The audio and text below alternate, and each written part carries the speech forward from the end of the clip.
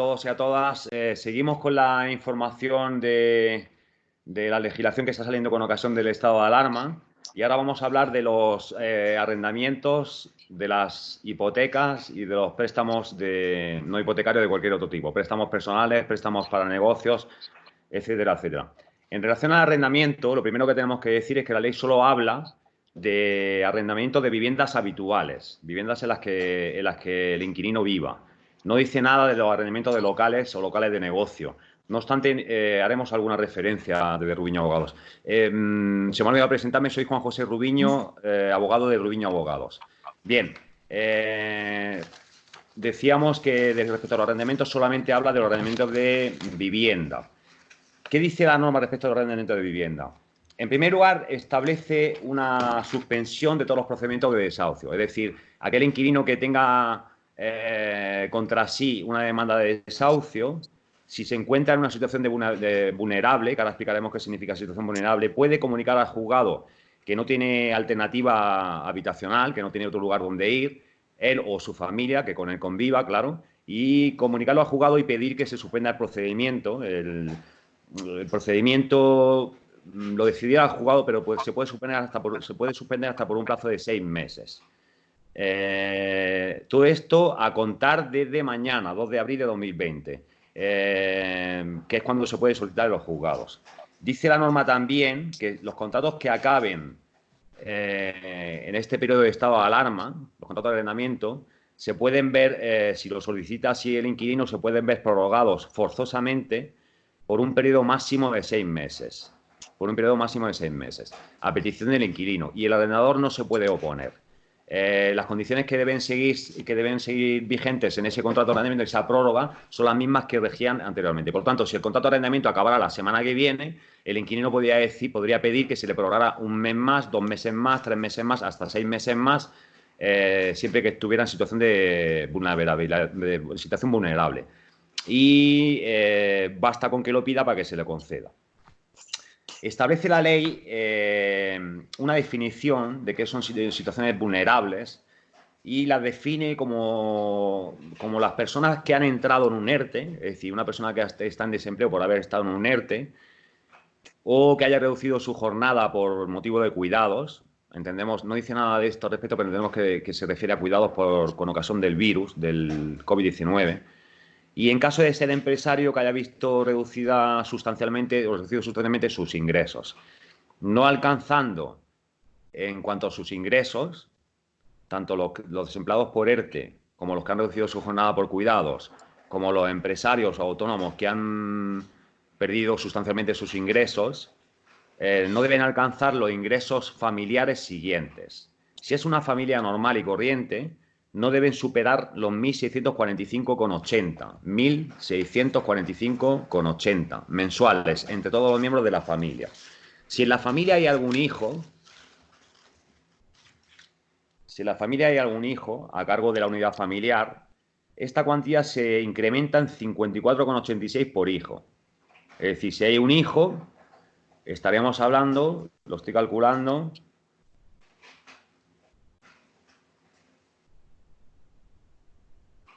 con que no deberían superar los ingresos de 1.700,66. Si la familia es monoparental, es decir, solamente padre o solamente madre, se incrementa en 90,52 por cada hijo. Si hay un miembro mayor de 65 años en la familia, se incrementa en 54,86 por cada miembro mayor de 65 años.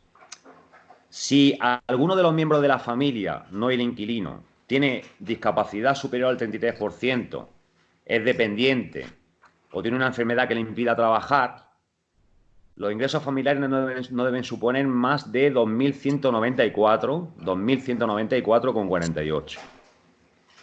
Si es el inquilino el que tiene una parálisis cerebral, una enfermedad mental o una discapacidad intelectual con un grado de discapacidad igual o superior al 33%, o tiene algún otro tipo de discapacidad con un 65% o más, no deberían superar los ingresos en la unidad familiar de 2.743.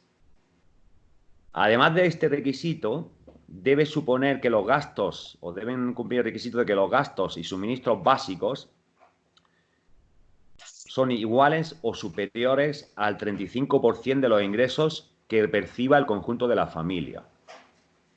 Es decir, los gastos de electricidad, pero acá sí lo define la ley, gastos de electricidad, de gas, de gasoil para la calefacción, agua corriente, servicio de telecomunicaciones fijo y móvil, y posibles contribuciones o cuotas de comunidad de propietarios, todo ello referido obviamente a la vivienda habitual. Si todos esos gastos en conjunto igualan o superan el 35% de los ingresos, se considera que estamos ante una familia en situación vulnerable.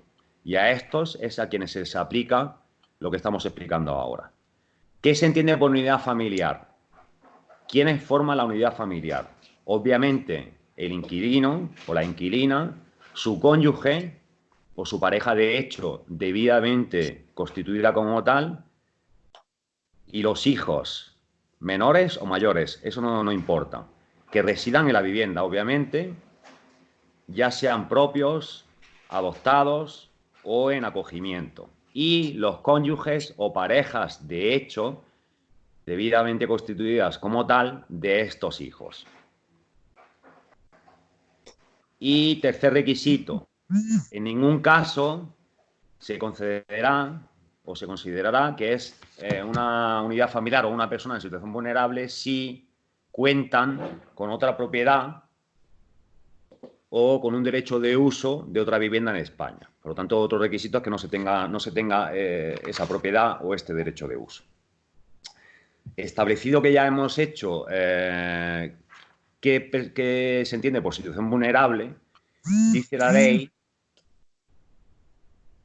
ley que se concede, además de la paralización de los desahucios, como he dicho antes, de la prórroga de los contratos que se finalicen en este periodo, una moratoria en la deuda arrendaticia. ¿Esto qué significa? Aquí, básicamente, se diferencia entre dos tipos de propietarios. Los grandes propietarios o empresas, o como dice la ley, grandes tenedores de tener, vienen a decir que es una empresa, o también las entidades públicas que tienen vivienda que se llega a poner en alquiler. Viene a decir que se considera empresario o gran tenedor a aquella persona física o jurídica, es decir, persona física o empresa que tenga más de 10 inmuebles urbanos, sin contar garajes y trasteros, o una superficie construida de más de 1.500 metros cuadrados. A estos se les considera grandes tenedores o grandes propietarios. A estos, en el plazo de un mes, desde mañana, se le puede pedir el aplazamiento temporal y extraordinario del pago de la renta. Obviamente la ley pretende que primero se llegue a un acuerdo con los propietarios, tanto aquí, es decir, grandes propietarios, grandes tenedores, como propietarios menores o pequeños, como en lo que explicaremos después de las cuotas hipotecarias o cuotas de préstamos de otro tipo. No obstante, si no hay acuerdo, ante la solicitud del inquilino, el arrendador, estamos con los grandes propietarios, comunicará expresamente al arrendatario en un plazo máximo de 7 días laborables su decisión. Y la decisión tiene que ser la siguiente. Opción A, o le reduce un 50% la renta arrendaticia durante el tiempo que dure el estado de alarma, solamente durante el tiempo que dure el estado de alarma. Y los meses siguientes, si la situación sigue igual, con un plazo máximo de 4 meses. Un plazo máximo de 4 meses. O le concede una moratoria en el pago de la renta, que esto será automático, y que afectará a todo el tiempo que dure el estado de alarma y a las mensualidades siguientes, siempre como máximo 4 meses. Esto significa que aquí no se condona nada, no se perdona nada. Es decir, lo que se deja de pagar se tiene que pagar después, y la ley establece que se deberá pagar fraccionadamente durante un plazo de 3 años después de esos 4 meses. Bien. O, en su caso, antes de 3 años, el contrato de arrendamiento acabará antes. Siempre sin intereses y sin penalización alguna. ¿Qué pasa cuando los propietarios o arrendadores no son grandes propietarios o grandes tenedores o empresas? En este caso,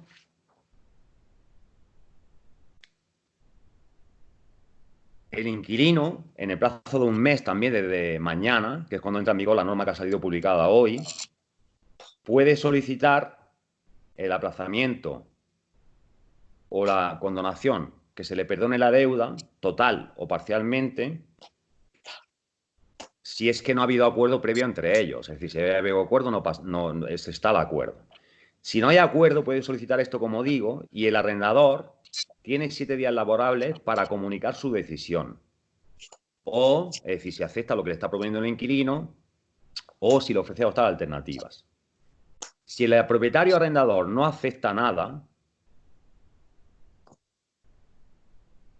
lo que tiene el inquilino en este caso es la posibilidad de acceder a los programas de ayudas transitorias de financiación, que ahora explicaremos lo que significa eso. La ley contempla dos tipos de ayudas para los inquilinos en estas situaciones. Situaciones de vulnerabilidad, situaciones vulnerables. Una, avales o garantías que concede la Administración. Es decir, básicamente son unos préstamos, unas financiaciones con un plazo para devolver de 6 años, prorrogable a 4 años más, sin que devengue ningún tipo de interés y sin ningún tipo de gasto. Dinero que nos dejarán como inquilinos para que destinemos única y exclusivamente a pagar las rentas que debemos, y como máximo nos financiarán 6 meses de arrendamiento. Por lo tanto, nos darán como mucho 6 meses de arrendamiento y exclusivamente la cantidad que se deba de arrendamiento. También se contemplan ayudas directas. Es decir, personas físicas que no pueden pagar el alquiler, pueden pedir ayuda directa. Y si pueden pedir hasta 900 euros de máximo mensuales o hasta el 100% de la cantidad que deban de arrendamiento. Es decir, si están pagando 600 euros de alquiler, le darán 600 euros de alquiler. Si esta persona inquilina ha tenido que pedir un préstamo para pagar alquiler adeudado, también puede ser que se le conceda una ayuda directa económica. Ayuda directa económica significa que nos dan el dinero en efectivo para pagar ese préstamo. ¿Cómo acreditamos que somos personas en situaciones vulnerables?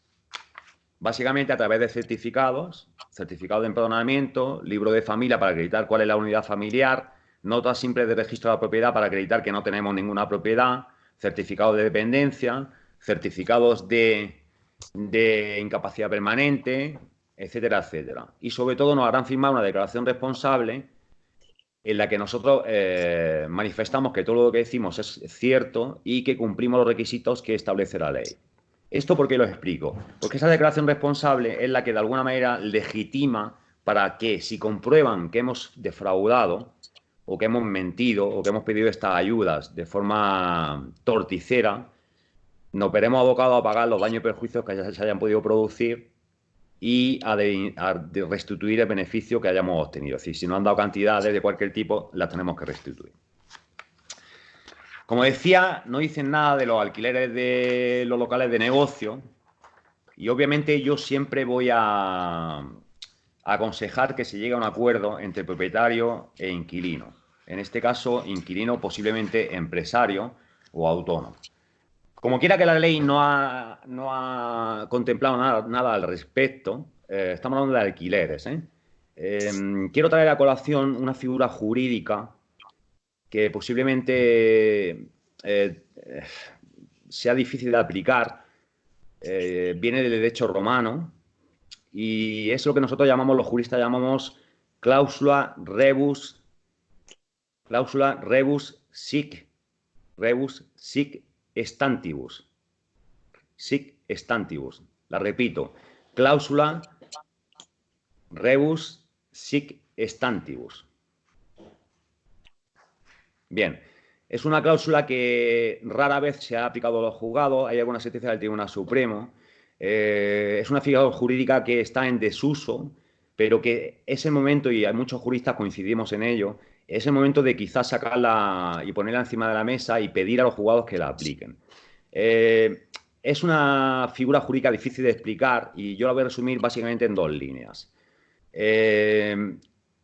Con ocasión de un contrato bilateral, como puede ser el arrendamiento, y esto creo que también se puede llevar a los contratos de préstamo de cualquier tipo, existe una obligación bilateral, es decir, alguien me cede en uso un local, a cambio, o sea, esa es su obligación, yo en contrapartida tengo que pagar un alquiler, esa es mi obligación. Si como consecuencia de una situación extraordinaria de fuerza mayor, y no hay ningún otro ejemplo más claro que como que tenemos ahora, que es la situación de coronavirus. De hecho, el decreto de estado de alarma así lo define como situación de fuerza mayor y de hecho lo que legitima para presentar ERTES, para cesarle las actividades, para cerrar negocios de todo tipo, para pedir prestaciones y que se concedan incluso a que no tengamos derecho a ellas de forma totalmente extraordinaria, que se prorroguen los contratos de alquiler, que se paralicen los desahucios, que se pidan prórrogas de las cuotas hipotecarias, como veremos después, que se pidan prórrogas de o condonaciones de las rentas arrendaticias. Efectivamente, no hay una definición mejor que esta de la de fuerza mayor. Si como consecuencia de una situación de fuerza mayor totalmente imprevisible e inevitable, me viene a la cabeza ahora, por lo tanto, aquellos negocios que se han visto a cerrar, obligados a cerrar sí o sí, esto era totalmente imprevisible y además totalmente inevitable, yo tengo que cerrar sí o sí. Y salvo que en el contrato de arrendamiento se haya previsto o regulado que en caso de fuerza mayor se hará esto o lo otro en el contrato y difícilmente, yo no lo he visto nunca, eso se contempla en un contrato bilateral, como es el contrato de arrendamiento, sí que podríamos aplicar esta cláusula que permite que, dado el desequilibrio entre las partes, es decir, hay una persona que se enriquece injustamente, de forma totalmente desproporcionada respecto de la otra parte obligada, la parte que se ve injustamente desequilibrada, e insisto, siempre como causa de una fuerza mayor. Esta parte puede pedir que se resuelva el contrato, es decir, que se rompa el contrato, o que se revisen las cláusulas contractuales. Y hay algún jurista por ahí, que, vamos, yo pienso exactamente igual que él, que podría defenderse que se pidiera la modificación o suspensión del contrato, por lo tanto, que se pidiera la paralización de las cuotas arrendaticias o al menos su adecuación a la situación actual. Por lo tanto, os invito a todos y a todas a que si estáis en esa situación, y el ejemplo más claro, lo he dicho antes, es quizás un local de negocio que se ha visto abocado a cerrar, sí o sí, o quizá obligado a cerrar, es que contactéis con vuestros abogados y asesores y le pidáis que os explique y que defiendan la cláusula rebus sic stantibus.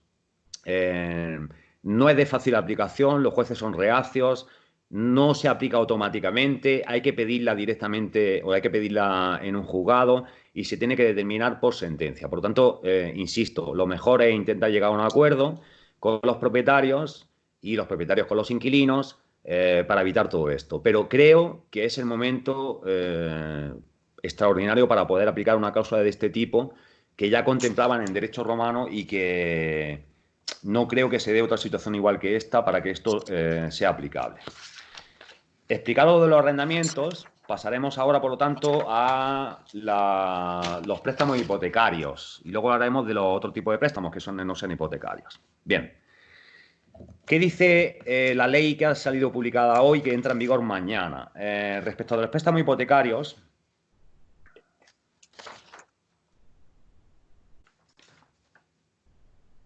un segundo,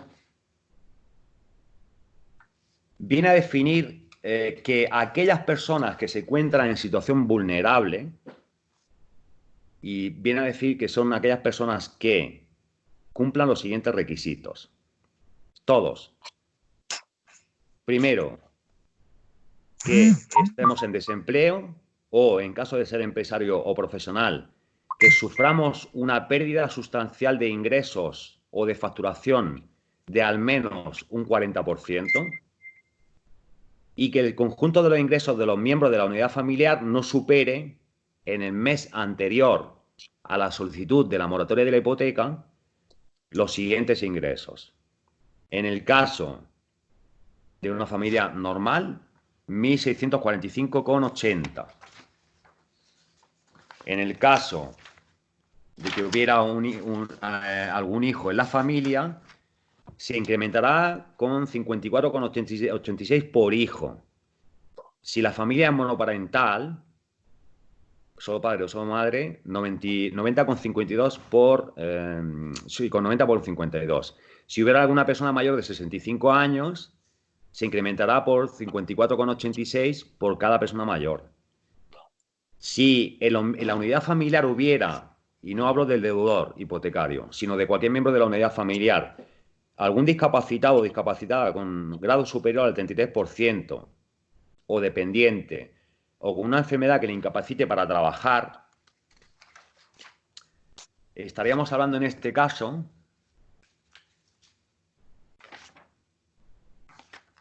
de 2.194,48.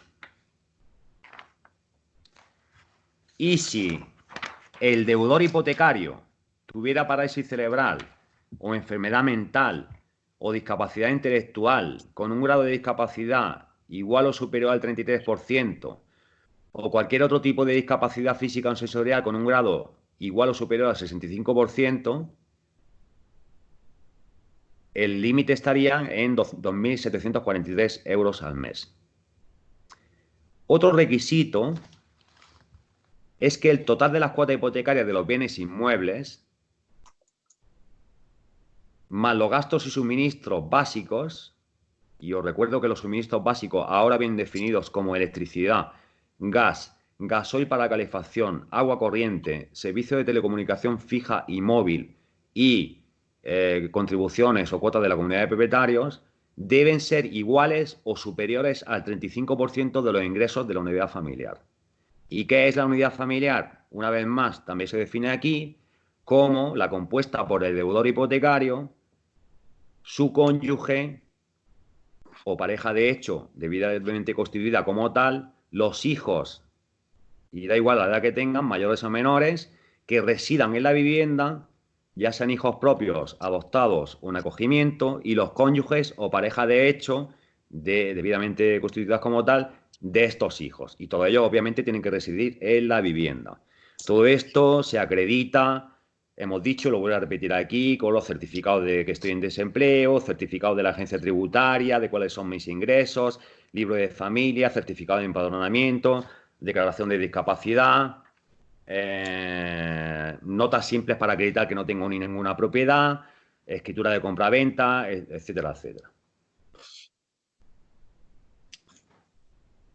Bien, ahora hablaremos de los préstamos no hipotecarios, préstamos personales, préstamos al consumo, préstamos de tarjeta de crédito, préstamos para inversión en negocios, etcétera, etcétera.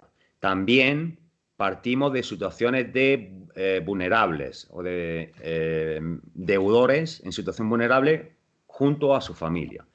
Esto que voy a explicar ahora es compatible con pedir la moratoria hipotecaria. Es decir, yo puedo pedir la moratoria hipotecaria que he explicado hace un minuto y puedo además pedir la moratoria en el pago de otro tipo de préstamos. ¿Vale? Es totalmente compatible. Se contempla expresamente así.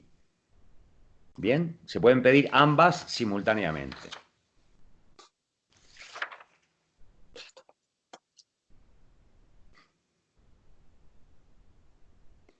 Una cosa que se me ha olvidado explicar de la deuda hipotecaria, de la moratoria de la deuda hipotecaria, es que se concede solamente la hipoteca, estamos hablando de hipoteca, se concede solamente respecto de las viviendas habituales, respecto de inmuebles que estén afectados a actividades económicas y que yo desarrollo como empresario o como profesional, y respecto de viviendas que yo tenga como arrendador, que yo alquile a otras personas, pero que esos inquilinos hayan pedido moratorias o hayan dejado de pagar alquiler. Es decir, si yo tengo una vivienda alquilada y no me pagan el alquiler, puedo pedir la moratoria de la deuda hipotecaria. Bueno, vuelvo entonces a los préstamos no hipotecarios. Se prevé que yo pueda procurar o pueda pedir la suspensión temporal de las obligaciones, es decir, el pago, pueda pedir que no seguir pagando, por lo menos suspender las cuotas de esos préstamos, siempre y cuando yo sea una persona física y que esté en situación vulnerable. La vulnerabilidad ya la hemos explicado. Se puede solicitar, la fecha límite para solicitar esto es hasta un mes después del estado de alarma. Cuando acabe el estado de alarma, hasta un mes después yo puedo solicitar dejar de pagar las cuotas sobre préstamos. Automáticamente, o sea, es una obligación para el acreedor, estoy pensando en bancos, debe suspender, debe dejar de reclamarme las cuotas de los préstamos. Esto no requiere acuerdo, es automático. Y no requiere ni que nos lleven a firmar ningún documento, ni que nos lleven a notarías a renovar nada, ni que nos lleven a modificar las condiciones del contrato, ni nada de nada. Es más, la solicitud la podemos hacer incluso por un correo electrónico, por teléfono, por correo postal. Hombre, obviamente es lógico y os aconsejo que quede constancia de vuestra solicitud. Pero tampoco tengo que ir a la oficina. No tengo que ir a la oficina a hacer nada, simplemente solicitarlo. Es importante que no por ello, o sea, la ley lo prohíbe expresamente, nunca voy a entrar en mora, no se me considera deudor, no se me aplicarán intereses, no se me aplicarán recargos, no se me aplicará nada de ese tipo. Y la duración del impago, de la suspensión, tendrá un plazo máximo de 3 meses. Es decir, yo puedo pedir dejar de pagar durante 3 meses. Los efectos que eso produce. El acreedor, pienso en los bancos, no puede exigir el pago de la cuota, ni ninguno de los conceptos que aparezcan en la cuota, ni intereses de demora, ni intereses ordinarios, ni gastos, ni comisiones, nada, ni íntegra ni parcialmente. Y no se devenga ningún tipo de interés. Es decir, esas cuotas no por no pagarlas van a devengar intereses después, sino que esas cuotas darán lugar a que se suspende, se abre un paréntesis en el contrato de préstamo, sí, abro un paréntesis para dejar de pagar, para que no pase nada en ese tiempo, cuando cierro un paréntesis, esas cuotas que ha dejado de pagar se llevan al final del contrato en la misma cuantía. Es importante que tengamos presente también que aprovecharse de todo esto sin tener derecho a ello, porque también nos van a hacer firmar una declaración responsable, también conlleva posibles sanciones y posibles indemnizaciones por daños y perjuicios. Fijaos también que aquí habla de situaciones vulnerables. En mi opinión, a pesar de que yo no cumpla con los requisitos estrictamente establecidos de ser una situación de estar en situación vulnerable, es decir, decíamos antes que era que estuviera en desempleo, que hubiera visto reducidos mis ingresos en un porcentaje determinado. Creo que se puede defender aquí también la cláusula rebus sic stantibus. Es decir, yo puedo defender ante una entidad bancaria acreedora que se ha producido un desequilibrio importante en mi obligación respecto de la tuya. Tu entidad bancaria, tu obligación era dejarme un dinero por un valor determinado y mi obligación es pagarte ese dinero con unos intereses concretos. Como quiera que, como causa de una fuerza mayor totalmente imprevisible, totalmente obligada y totalmente extraordinaria, yo me veo muy perjudicado respecto de ti. Tú, entidad bancaria, si te pago, vas a seguir ganando dinero y yo no puedo hacer frente a esa situación. Por lo tanto, creo que se puede defender también la cláusula rebus sic stantibus. Esto puede generar mucha polémica, pero creo que es el momento de que se defienda por abogados y asesores, no solamente ante las entidades bancarias, sino también ante propietarios de locales de negocio y, por lo tanto, invito sobre todo a llegar a un acuerdo para evitar todo este tipo de disputas totalmente innecesarias, agotadoras y pleitos que también agotan en términos económicos y en términos humanos cuando lo que interesa es llegar a un acuerdo, porque motivos hay para defender cualquiera de las posturas. Espero que nos hayamos explicado con claridad. Si tenéis alguna consulta, contactar con nosotros para explicar los casos más concretos. Ánimo a todos y un fuerte abrazo.